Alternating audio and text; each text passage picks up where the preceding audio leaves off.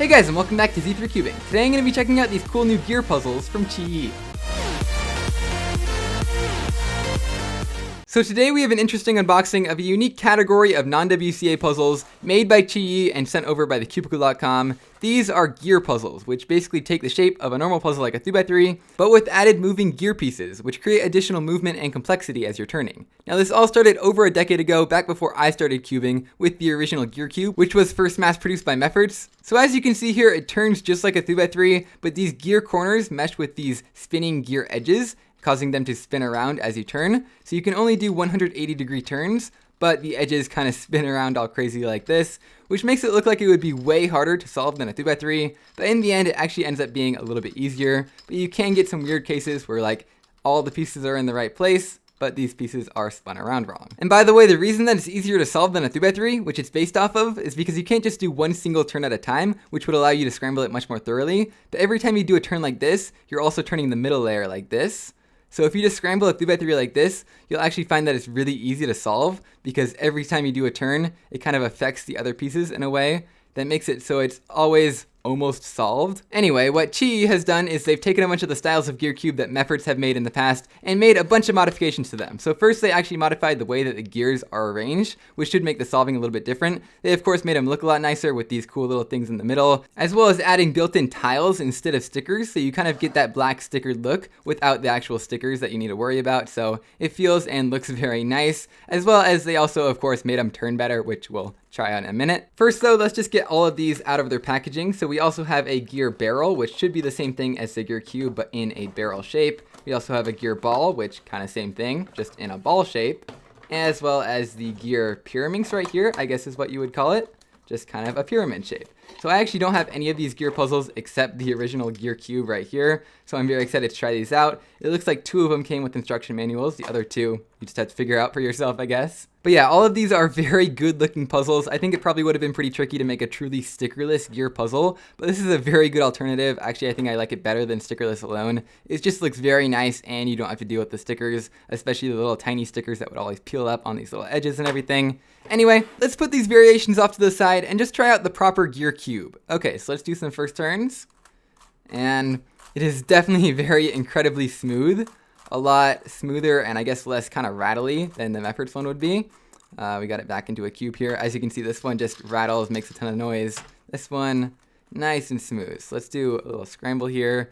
It looks like it is functioning pretty much exactly the same as the Mefferts one, which is a little surprising because the gears actually look a little bit different. Like if you look at the corners here, these ones actually have a little 2 sticking out right at the edge, whereas these ones do not. And same thing with the edges. These ones have a 2 sticking out right at the edge, whereas these ones do not. So it looks like everything's just offset a little bit differently on the QiYi one, but then on the Mefferts one, you also have these parts of the edges that are normally unstickered that also kind of mesh with the pieces that aren't present on the QiYi one. And you also have these cool looking centers that I don't think do anything. Even if the functionality and thus the solve of the puzzle is exactly the same, it definitely looks a lot cooler and it turns a lot better too. Anyway, I'm just scrambling it up a little bit further so we can do a quick solve. Obviously, if you don't want any spoilers about how to solve this thing, then just skip like 30 seconds ahead into the video, but that looks like it should be scrambled about enough. I think the first job is to get all of the corners into place, which can normally be done in just a couple of moves.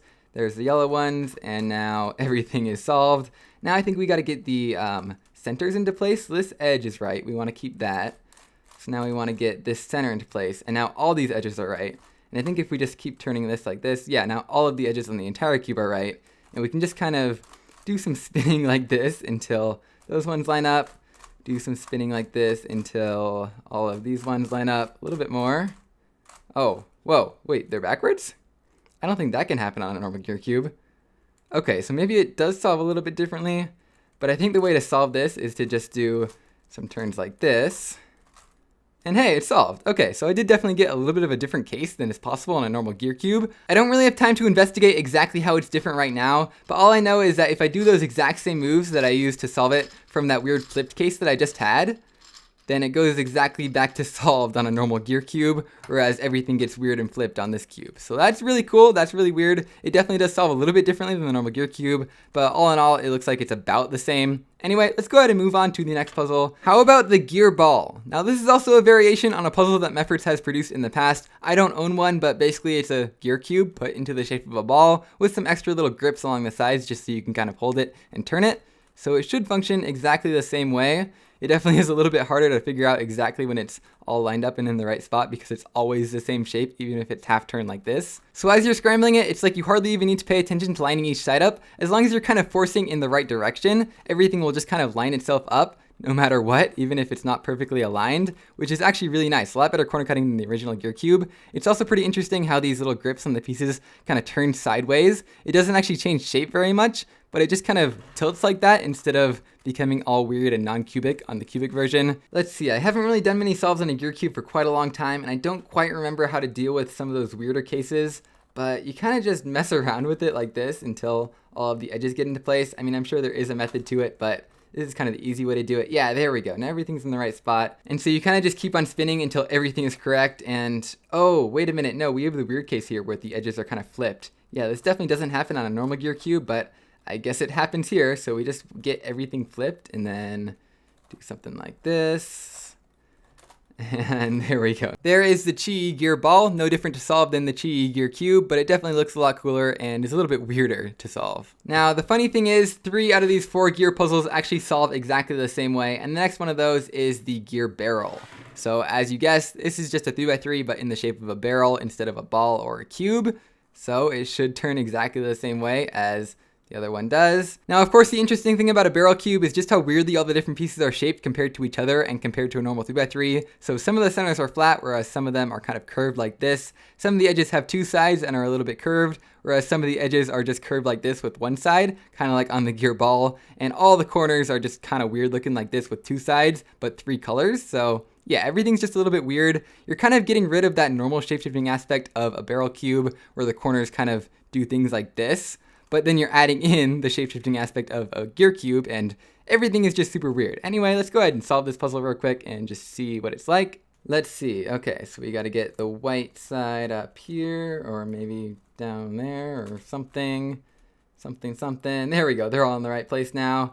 And I think these ones are flipped, whereas these ones are normal, like a gear cube. If we just spin it like this, it'll become solved. And now we have the weird flippy thing that I've never seen before, but I do fortunately know the algorithm to solve it. And there we go, now our gear barrel is solved. Anyway, it's now time for the final gear puzzle by QiYi, and this one is a weird one. I don't even know how it turns. It definitely turns differently from the other ones. This is the gear Pyraminx, I guess I would call it. So let's go ahead and do some first turns. So I think it turns on the corners like this. What even is happening? How far do we have to turn it? I assume until the centerpiece lines back up again. Interesting how we have these kind of stickerless center and next to centerpieces. Yeah, I guess we have to spin it all the way, unless we can spin it less than that. Does that work? Oh, a little bit? No, I think we do have to spin it all the way. Okay, so that is crazy. What is even happening? There we go.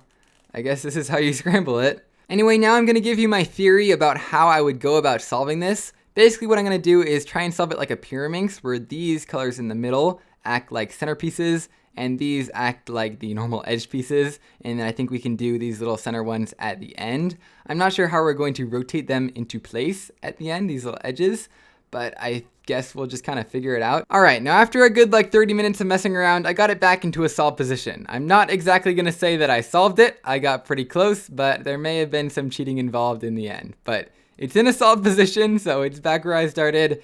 And yeah, overall, I'm going to say this turn's definitely a little bit worse than the other ones. Part of it is that even just to do a single turn, it takes so much hand movement. Like, there we go, there was 1 turn. And so it just gets really annoying doing this over and over and over again. And even just the turning itself isn't quite as good as the other ones. So overall, if you want a challenge in your gear cube, definitely go with this one. But if you want a fun, well-turning cube, definitely go with any of the other ones. So yeah, I would say gear Pyraminx, very unique in 2 ways. One of them is it's much harder to solve, and the other one is that it wasn't very much fun to solve, whereas I had a ton of fun solving these ones. Even though I already knew how to do them, this one, even though I do enjoy figuring out how to solve new puzzles sometimes, just not a whole lot of fun. But that's just my opinion. I'm sure once you actually learn how to solve this one, it can be a lot more fun. It's probably less complicated than I thought it was, but personally I didn't have a whole lot of fun trying to solve it. These ones I definitely would recommend to the casual cuber. This one I would recommend to someone who just really likes those unique puzzle challenges, or who just wants to complete their QiYi gear puzzle collection. Now, as I'm recording this video, I'm not sure exactly when you're going to be able to buy these puzzles and how much they're going to be,